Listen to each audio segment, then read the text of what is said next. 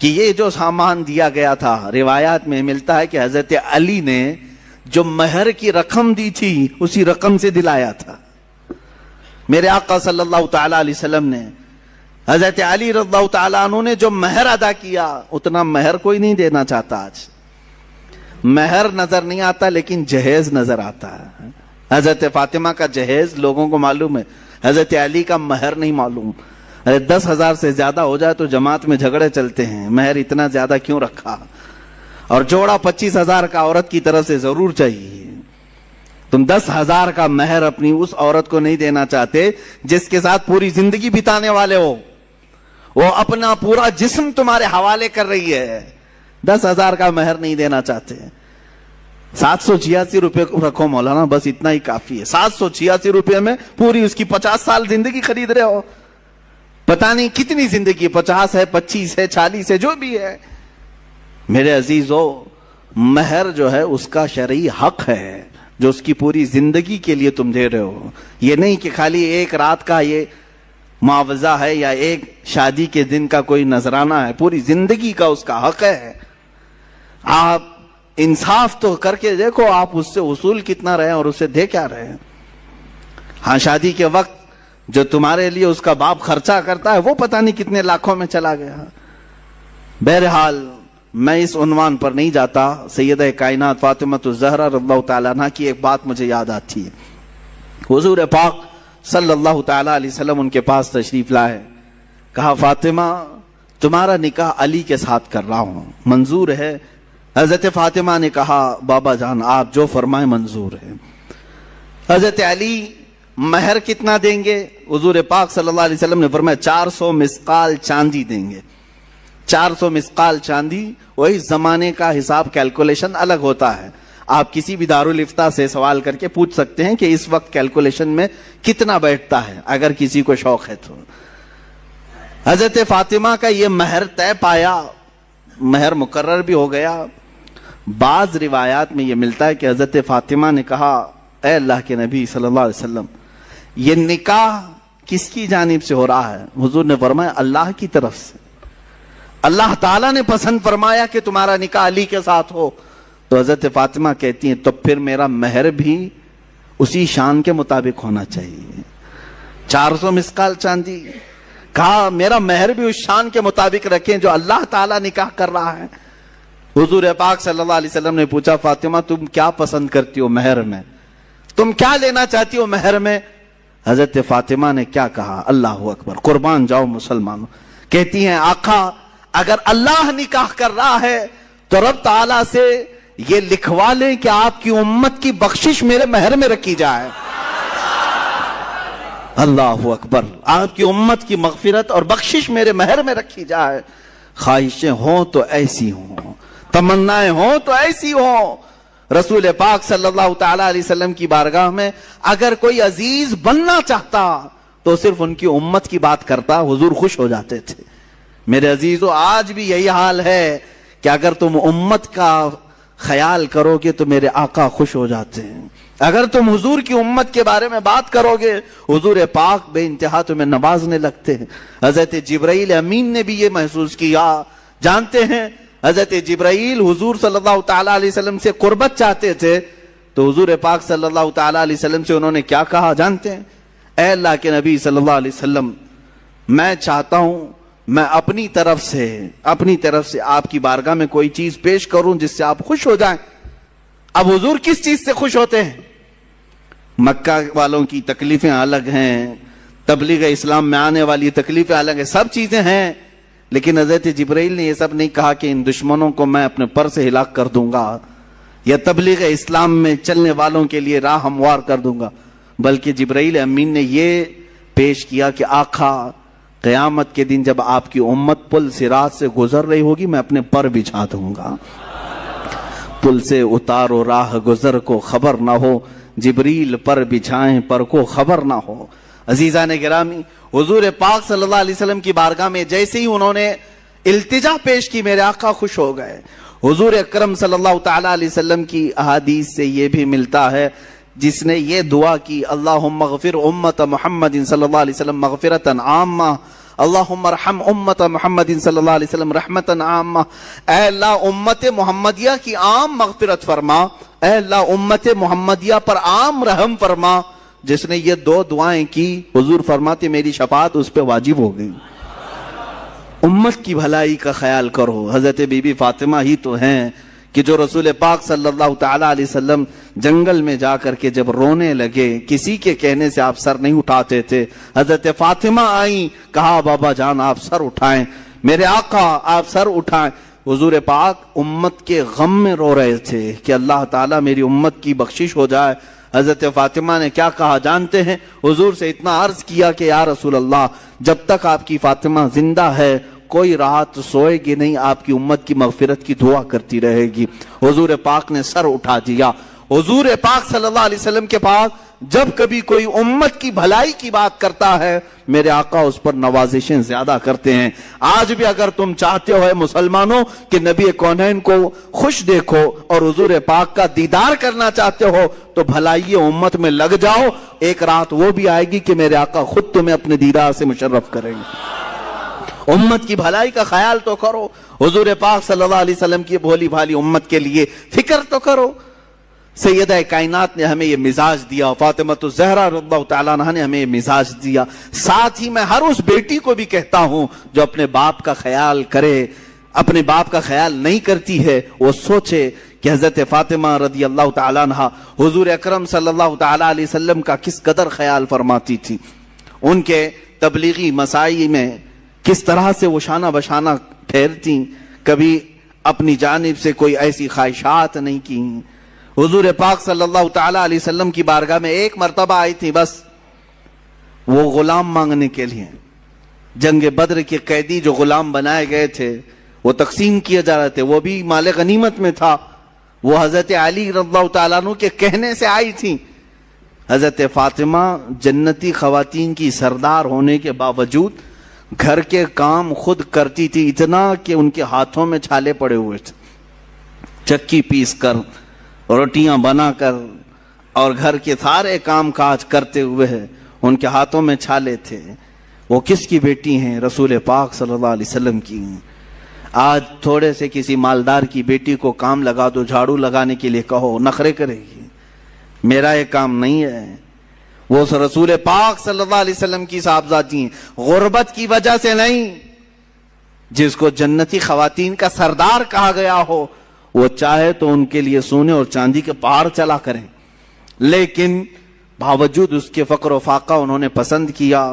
حضور پاک صلی اللہ علیہ وسلم کی بارگاہ میں آئی تھی، میرے آقا صلی اللہ علیہ وسلم نے یوں جواب میں ارشاد فرمایا، فاطمہ ایسا کیسے ہو سکتا ہے؟ بدر کے یتیموں کا حق باقی ہے، میں ان کا حق دیے بغیر تجھے کیسے غلام دے دوں؟ جاؤ، جب تھکن زیادہ ہو جائے کام کاج سے 33 بار سبحان اللہ پڑھو، 33 بار الحمدللہ پڑھو، 34 بار اللہ اکبر پڑھو، اللہ تعالیٰ تمہاری ساری تھکن دور فرمائے گا۔ اسی کو آج ہم تسبیح فاطمہ بھی کہتے ہیں، ہم نمازوں میں پڑھتے ہیں، نمازوں کے بعد پڑھتے ہیں۔ یہ تسبیح فاطمہ حضور کی طرف سے عطا کی ہوئی تسبیح ہے۔ مکہ مکرمہ کی ایک معزز خاتون، بڑی مالدار خاتون تھی حضرت خدیجہ، جن کے 2 شوہروں کا انتقال ہو چکا تھا، اب وہ کسی سے شادی کرنے کے موڈ میں کبھی نہیں تھی، لیکن وہ بڑی مالدار تھیں۔ انہوں نے اپنا مال تجارت کسی کو دے کر کے انویسٹ کروا کر کے تجارت کرواتی تھیں۔ جب ان کو پتا چلا محمد صلی اللہ علیہ وسلم بڑے امانت دار ہیں، بڑے ہی دیانت دار ہیں، تو اپنا مال ان کو دیا اور کہا کہ تم تجارت کرو اور نفع کما کر کے لے آؤ۔ رسول پاک صلی اللہ علیہ وسلم ان کا مال تجارت لے کر ملک شام گئے اور اتنا نفع ہوا اس مال میں۔ واپس جب آ رہے تھے تو حضرت خدیجہ کا ایک غلام میسرہ تھا۔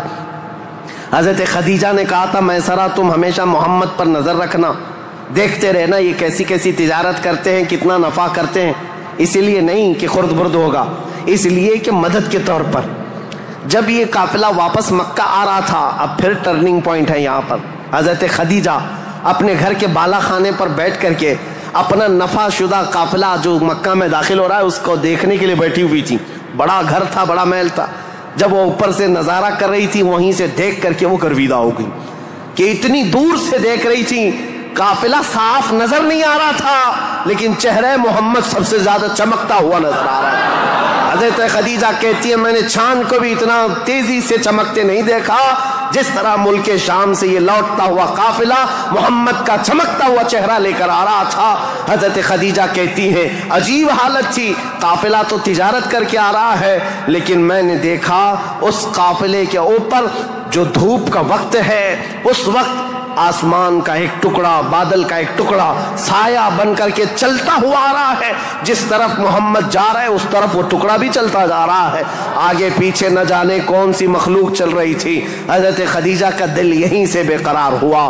ملک شام سے تجارت کر کے واپس آنے کے بعد جبکہ حضرت خدیجہ کی 2 شادیاں آلریڈی ہو چکی تھی، انتقال ہو چکے ان کے شوہروں کے، 40 سال کی عمر ہو چکی تھی، شادی کرنے کا کوئی خیال نہیں تھا، لیکن حضور پاک کے چہرے پاک کو دیکھنے کے بعد، ان کی خصوصیات دیکھنے کے بعد نفع لیتے ہی آپ نے پیغام بھیج دیا محمد صلی اللہ تعالیٰ علیہ وسلم سے، کہا کیا آپ مجھ سے نکاح کرنا چاہیں؟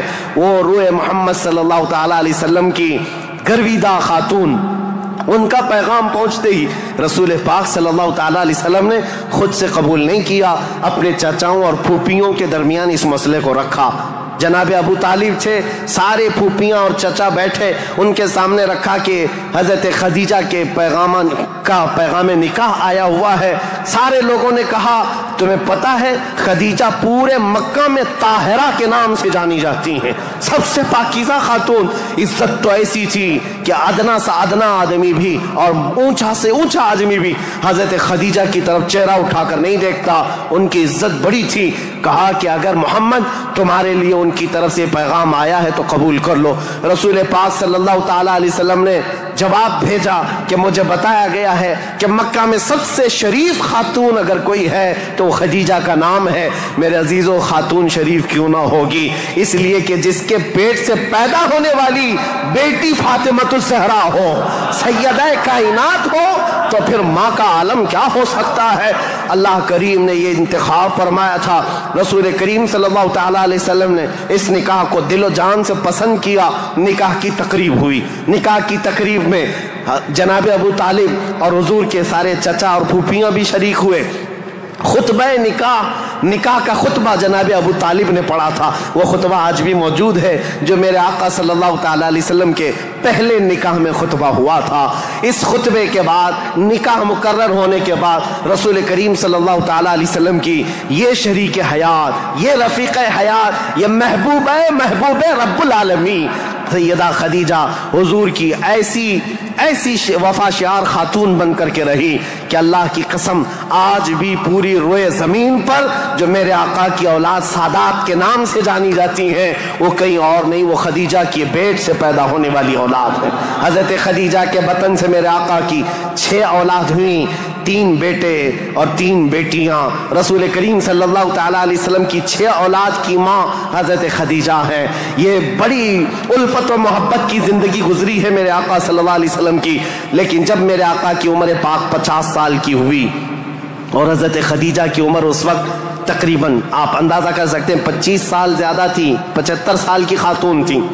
75 سال کی خاتون، اللہ اکبر، 75 سال کی خاتون کس کو کہتے ہیں؟ عمر کا وہ پڑاؤ جس میں بوڑھا اپنے اعضاء سے مجبور ہو جاتا ہے اور اس کے پٹھے جواب دے جاتے ہیں، چلنا پھرنا دوبھر ہو جاتا ہے۔ لیکن قسم خدا کی جب میں یہ روایت پڑھتا ہوں کہ جب رسول کریم صلی اللہ تعالیٰ علیہ وسلم 3000 فٹ اونچی پہاڑی غار ہرا میں جا کر عبادت کرتے تھے، کبھی 2 دن تک نہیں آتے تھے، تو 75 سال کی یہ خاتون دن میں 2 مرتبہ پہاڑی پر جاتی تھی کھانا لے کر کے اور اترتی تھی۔ آج میں بتاؤں ہم جیسوں کی جوانی میں 1 مرتبہ پہاڑ پر چڑھ کر کے آ جائیں 8 دن تک پٹھے درد کرتے ہیں، پیر درد کرتے ہیں۔ میں سمجھ نہیں پاتا وہ خدیجۃ الکبریٰ کی وفا شعاری کو دن میں 2 مرتبہ اپنے نبی پاک اپنے رفیق حیات کے لیے اوپر جاتی تھی، نیچے آتی تھی۔ کبھی رسول اللہ پہاڑ سے اتر رہے ہوتے، حضرت خدیجہ گھر کے باہر آ کر کھڑی ہوتی، کڑی دھوپ ہوتی، سورج کی تمازت ہوتی، لوگ چلتے پھرتے کہتے خدیجہ اپنے شوہر کا انتظار کر رہی ہو؟ کہتی ہاں میرے شوہر پہاڑ سے اتر رہے ہیں، غار ہرا سے آ رہے ہیں۔ اس وقت لوگ کہتے خدیجہ اندر چھاؤں میں بیٹھو، انتظار کرو، ان کے آنے میں کافی وقت ہے۔ خدیجہ کہتی میرا دل گوارا نہیں کرتا میرا شوہر دھوپ میں اتر رہا ہو اور ان کی عورت چھاؤں میں بیٹھی رہے، جب تک وہ دھوپ میں اترتے رہیں گے میں دھوپ میں کھڑی رہوں گی۔ یہ وفا شعاری ایسی تھی، آپ کو پتا ہے سب سے پہلی وہی قرآن کی جو غار ہرا میں آئی ہے، جبرائیل امین لے کر کے آئے ہیں۔ اسلام کی تاریخ میں اگر یہ نہ بتائیں تو ابتدا ہی نہ ہوگی، کیونکہ رسول اللہ صلی اللہ تعالیٰ علیہ وسلم جب 40 سال کی عمر میں تھے غار ہرا میں جا کر عبادت کرتے، جبرائیل امین آئے قرآن کی آیتیں لے کر اور حضور سے کہا اقرا، حضور نے کہا ما انا بقاری، میں نہیں پڑھوں گا۔ وہ کہتے تھے پڑھو، حضور کہتے میں نہیں پڑھوں گا، سینے سے سینہ لگا کر دبوچتے تھے۔ 3 مرتبہ ہوا، چوتھی مرتبہ کہا اقرا بسم ربک الذی خلق، پڑھو اس رب کے نام سے جس نے پیدا کیا ہے۔ رسول محترم صلی اللہ تعالیٰ علیہ وسلم نے پڑھنا شروع کیا، اور پھر آیتیں سب سے پہلے جو آئی ہیں، اسلام کی ابتدا نور الہی کا ظہور ہے، نور الہی کا نزول ہے، اللہ کا کلام اتر رہا ہے پہاڑ پر، پہاڑ کی چوٹیوں پر، جس کو آج بھی جبل نور کہا جاتا ہے، نور کی پہاڑی، جہاں نور اترا، نور کا پہاڑ ہے، اور کس پر اترا؟ جس پر اترا وہ نور علی نور ہے۔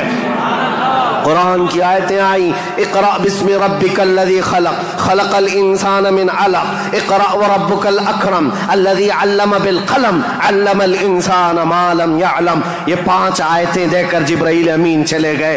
رسول پاک صلی اللہ تعالیٰ علیہ وسلم پر جو وحی آئی تھی اس کا اثر ایسا تھا، سخت ٹھنڈیوں کے دن تھے، موٹے موٹے پسینے کے بوند پیشانی سے نکلتے تھے۔ جب رسول پاک تشریف لائے پہلا واقعہ دیکھا تھا حضور نے، پہلا واقعہ تھا جبرائیل امین اس طرح آیتیں لے کر آئے۔ یہ آیتیں اترنا آسان بات نہیں، قرآن خود کہتا ہے، میرا مولا فرماتا ہے اگر ہم یہ پہاڑوں پر اتار دیتے پہاڑ ریزہ ریزہ ہو جاتے، ٹکڑے ٹکڑے ہو جاتے، لیکن قلب مصطفیٰ نے اس کا بوجھ اٹھا لیا ہے۔ رسول اللہ کے دل نے اس امانت کو اٹھایا تھا، لیکن چل کر کے دنیا کا وہ پہلا انسان، دنیا کی وہ پہلی شخصیت ہے جس کو قرآن سنایا میرے آقا نے، وہ کوئی اور نہیں، ام المومنین سیدہ خدیجۃ الکبریٰ ہے۔ آئے رسول پاک صلی اللہ تعالیٰ علیہ وسلم، گھر آتے ہی فرمایا میرے پاس ایک فرشتہ آیا، سینے سے سینے لگایا اور اس نے یہ آیتیں اللہ کی طرف سے سنائی، مجھے کمبل اڑاؤ، زمیلونی زمیلونی، بار بار کہتے مجھے کمبل اڑاؤ، سخت ٹھنڈیاں لگ رہی ہیں۔ سیدہ خدیجۃ الکبریٰ کی باتیں یاد رکھو، تاریخ میں آج بھی لکھی ہوئی ہیں۔ ڈھارس بندھانے والی، تسلی دینے والی، حوصلہ دینے والی خاتون ہو تو زندگی کمال کی ہے۔ عزیزان گرامی کہتی ہیں اے محمد عربی صلی اللہ تعالیٰ علیہ وسلم، اے اللہ کے رسول، آپ یتیموں کا بوجھ اٹھاتے ہیں، آپ بیواؤں کی مدد کرتے ہیں، آپ کمزوروں کا ہاتھ پکڑتے ہیں، آپ کے ساتھ کبھی برا ہو ہی نہیں سکتا۔ یہ جو اترا ہے وہ آپ کی بھلائی کے لیے ہے۔ ان قریب آپ دیکھیں گے زمین و آسمان کی ساری چیزیں اللہ تعالیٰ آپ کے لیے مسخر فرما دے گا۔ یہ خدیجۃ الکبریٰ رضی اللہ تعالیٰ عنہ کی حوصلہ افزائیاں تھی۔ یہاں سے میرے آقا صلی اللہ تعالیٰ علیہ وسلم پھر مکہ تشریف لائے، اور آپ کو پتہ ہے سب سے پہلے مکہ مکرمہ میں اب تاریخ اسلام کی شروعات ہے، تاریخ اسلام کی شروعات ہے۔ اسلام کی تاریخ سے پہلے میں نے اتنا بیک گراؤنڈ بتا دیا، تاریخ بتا دی، حالات بتا دیے، سیاسی حالات، مذہبی حالات، اخلاقی حالات۔ اب جو شروعات ہوئی وہ کہاں سے؟ غار ہرا سے شروعات ہوئی، اور اس کے بعد سب سے پہلے گھر آئے میرے آقا، اور سب سے پہلا مسلمان جو اسلام میں داخل ہوتا ہے وہ کوئی اور نہیں، ام المومنین خدیجۃ الکبریٰ، گھر والی سب سے پہلے اسلام میں داخل ہوئی ہیں۔ روایتوں کی تطبیق کے اعتبار سے الگ الگ مفسرین محدثین نے بیان کیے ہیں۔ سب سے پہلے اسلام لانے والوں میں صدیق اکبر بھی ہیں، مولا کائنات بھی ہیں، اور حضرت خدیجہ بھی ہیں، حضرت زید بھی ہیں، حضرت بلال بھی ہیں۔ سب کی کیٹیگری کے حساب سے ان کو اول درجے میں رکھا گیا۔ عورتوں میں سب سے پہلے حضرت خدیجہ، بچوں میں مولا کائنات۔ بہرحال سب سے پہلا جو اسلام شروع ہو رہا ہے وہ حضرت خدیجہ خود کے گھر سے رسول اللہ نے شروع فرمایا، اور اس کے بعد پھر مکہ والوں کو جمع فرمایا۔